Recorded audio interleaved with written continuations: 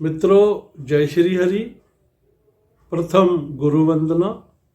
मैं अपने गुरु श्री सुनील पौडेल जी को सादर प्रणाम करता हूँ। जय शिव शंभु, जय पशुपतिनाथ।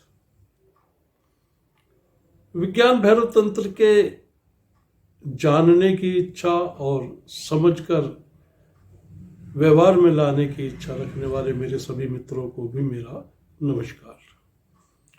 आज हम भगवान शिव द्वारा बतलाए गए इस 9वें ध्यान सूत्र पर चर्चा करेंगे। इसे जानने, समझने और जीवन में उतारने का प्रयत्न करेंगे।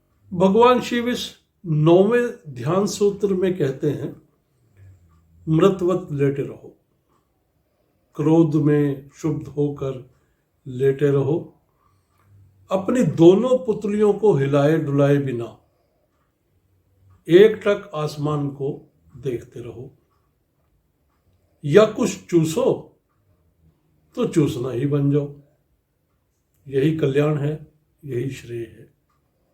आप चकित हो गए होंगे कि इस एक सूत्र में ध्यान के चार तरीके बतलाए दिए। लेकिन यदि हम ध्यान से देखें तो पाएंगे कि ये सारे के सारे तरीके प्रेम में घटित होते हैं। तो यहां माता पार्वती के द्वारा पूछे गए प्रश्नों के उत्तर प्रभु प्रेम और सहानुभूति पूर्वक ध्यान विधियों के रूप में बताते हैं। पहला सूत्र है, मृतवत लेटे रहो। जब हम किसी के प्रेम में होते हैं तो एकांत ढूंढते हैं, फिर उसके ख्यालों में गुम ऐसे लेटे रहते हैं कि दिन दुनिया का कुछ ख्याल ही नहीं रहता।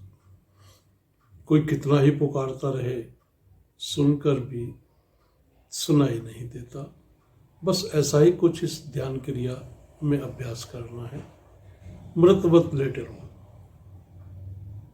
संज्ञा शून्य रहो, कोई विचार न रहे, शरीर शिथिल तो रहे किंतु आप सजग रहे। इसे हम योग में शवासन भी कहते हैं।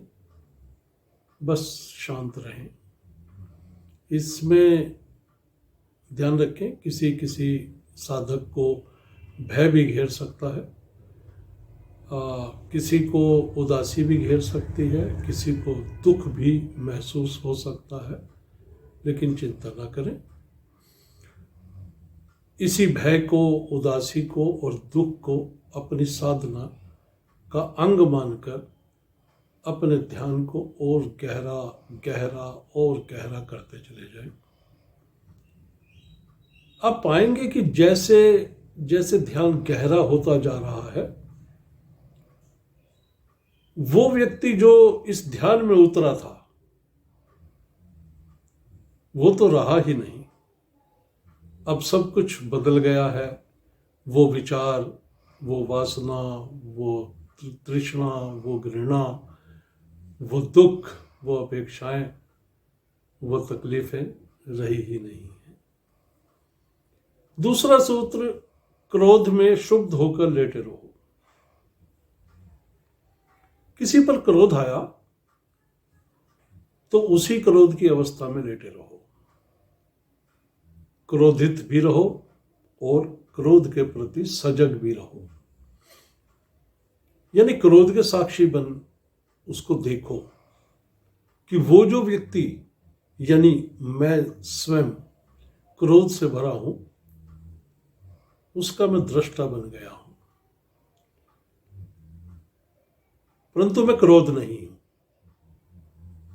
क्रोध से उत्पन्न हुई ऊर्जा जो बनी है, उसे मुख से या हाथ पैर चलाकर व्यर्थ ही न गंवाता रहूं।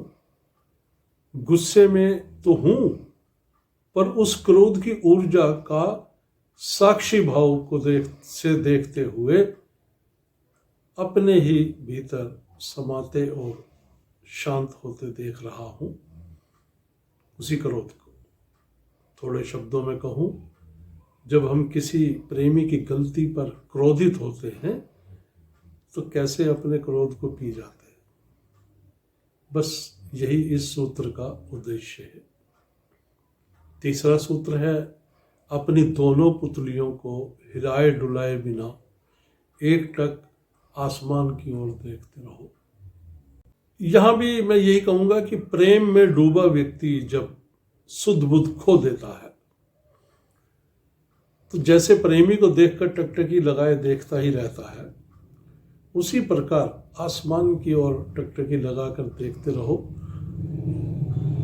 एक टक देखते सुध बुध खो गई, आंखों से अश्रुधार बह गई, कोई फर्क नहीं पड़ता। बस जब तक उसकी झलक दिखाई दे रही है तब तक केवल देखना ही देखना है। फिर एक जागृति जो उस देखने से आई, जिस आनंद की प्राप्ति हुई, वही ये ध्यान सूत्र है।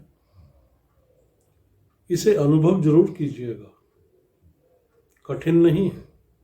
चौथा सूत्र, कुछ चूसो तो चूसना ही बन जाओ। इस चूसने का अर्थ ये नहीं है कि दोनों होठों के बीच कुछ फंसाकर या मुंह के भीतर कुछ रखकर उसे जीभ के बीच रखकर चूसना ही है। इस सूत्र में भी प्रेम रस की ही बात है।